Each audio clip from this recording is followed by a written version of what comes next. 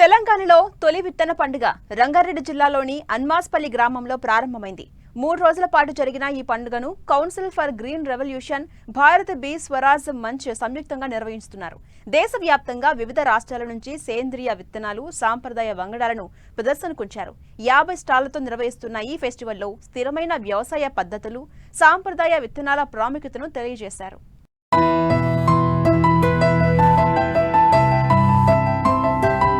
రంగారెడ్డి జిల్లా కడ్తాల్ మండలం అన్మాస్పల్లి గ్రామంలో జరిగిన తెలంగాణ తొలి విత్తన పండుగ ముగిసింది.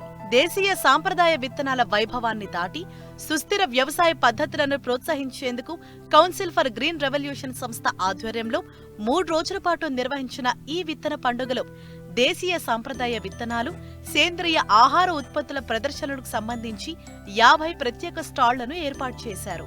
కౌన్సిల్ ఫర్ గ్రీన్ రెవల్యూషన్ ఒక 15 సంవత్సరాల అనుభవం ఉన్నటువంటి ఆర్గనైజేషన్.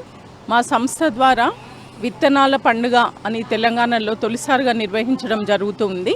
అంటే సేంద్రియ విత్తనాలను రక్షించుకోవడం మన బాధ్యతగా గుర్తించి మరి అలాంటి విత్తనాలను అంటే వాటిని సంరక్షించడానికి పనిచేస్తున్నటువంటి వ్యక్తులు, సంస్థలు వాళ్ళందరినీ ఒక వేదిక పైనకి తెచ్చి మరి వాటిని వినియోగించుకునే రైతులను గుర్తించి వాళ్ళందరికీ ఒక వేదిక కల్పించడం ఈ విత్తనాల పండుగ ముఖ్య ఉద్దేశం.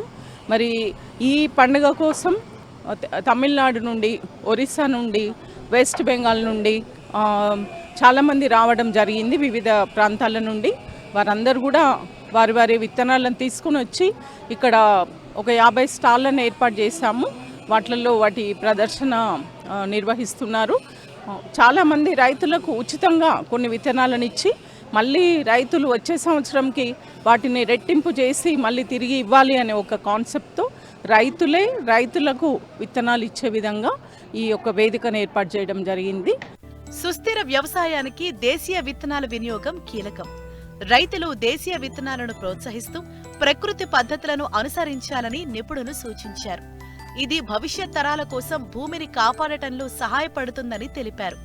అంతేకాకుండా విత్తనాల పరిరక్షణ, జీవ వైవిధ్యం వంటి అంశాలపై కూడా విలువైన సూచనలు అందించారు. ఇవాళ ముఖ్యంగా విత్తనం చెప్పేది ఎందుకంటే విత్తనాలు మనం ఎట్లా సంరక్షించుకోవచ్చు, ఎన్ని రకాల విత్తనాలు ఉన్నాయి. అసలు ఒక వడ్లనే తీసుకుంటే 100 రకాల విత్తనాలు ఉన్నాయి.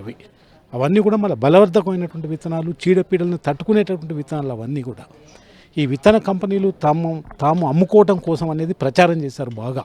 కాబట్టి మొత్తం మన దేశీవాలి ఏవైతే విత్తనాలు ఉన్నాయో అవి మొత్తం పోయినాయి. మొత్తం హైబ్రిడ్ విత్తనాలు, దాంట్లో మరి అవి పటుత్వంగా ఉన్నాయా లేవా అనేటటువంటి కూడా మనకు తెలియదు.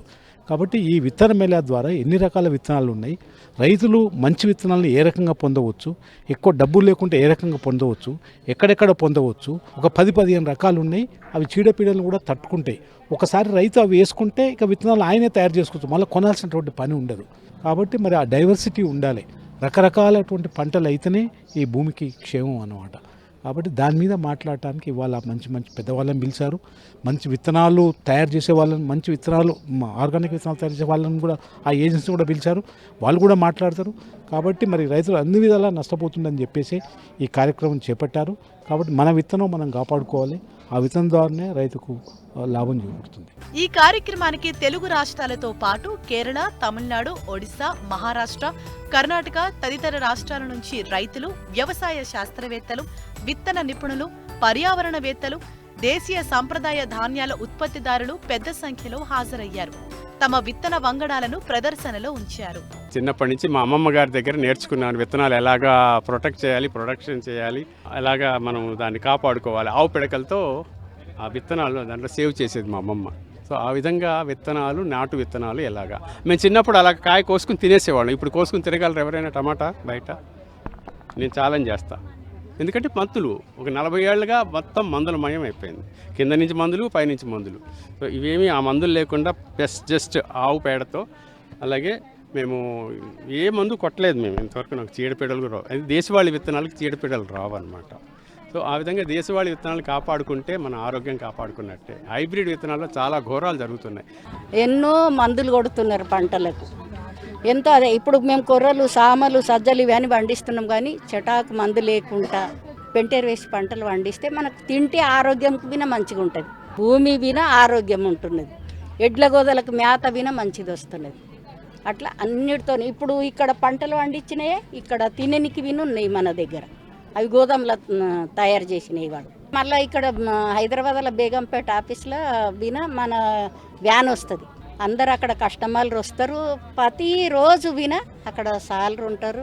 షాప్ ఉన్నది అక్కడ, మన హోటల్ ఉన్నది అక్కడ. తైది అంబలి, కొర్ర అన్నము, కొర్ర కిచిడి, ఇట్లా రకరకాలుగా చేసి తిండి పెట్టు. షుగర్ బీపీ ఉన్నోళ్ళు అయితే చాలామంది వస్తారు సార్. షుగర్ బీపీ ఉన్నోళ్ళు ఈ ఎర్రజొన్న రొట్టె తినాలి, పజ్జొన్న రొట్టె తినాలి, ఆరోగ్యం మంచిది అన్నమాట. ఈ పాత పంటలు మేము కనీసం అంటే 50 సంవత్సరాల సంది కూడా మేము ఎప్పుడు కూడా మేము విడిచిపెట్టలేము. చేసుడు మీద ఉన్నాము. ఎందుకనంటే మేము మందులు వేయం భూమికి. మందులు లేని పంటల మీదనే మేము పనిచేస్తాము. ఎవరికన్నా కానీ మేము విత్తనం కూడా సప్లై చేస్తాము. ఈ పంటలు పాత పంటలు అన్నాక మా దగ్గర కనీసం అంటే 500-600 రకాల విత్తనాలు ఉన్నాయి. మా సంస్థకి ఎవరు వచ్చిందన్నా కానీ మేము విత్తనం ఇస్తాము, మళ్ళీ వాపస్ తీసుకుంటాం. పైసలకు అమ్మము. వీటి పేర్లు మాకు తెలుసు. అవి ఎప్పుడు వేస్తే ఎప్పుడు పంట వస్తుందో మాకు తెలుసు. మేము 500 మహిళలము ఒక ఎప్పియ పెట్టుకున్నాము. దాని తరపు నుంచి మేము అన్ని సప్లై చేస్తున్నాము. ఒక బిడకన్న గ్రామంలో ఒక 300 ఎకరాల భూమి మందులు లేని వ్యవసాయం మీదనే మేము ఈ పంటలను పండిస్తాం.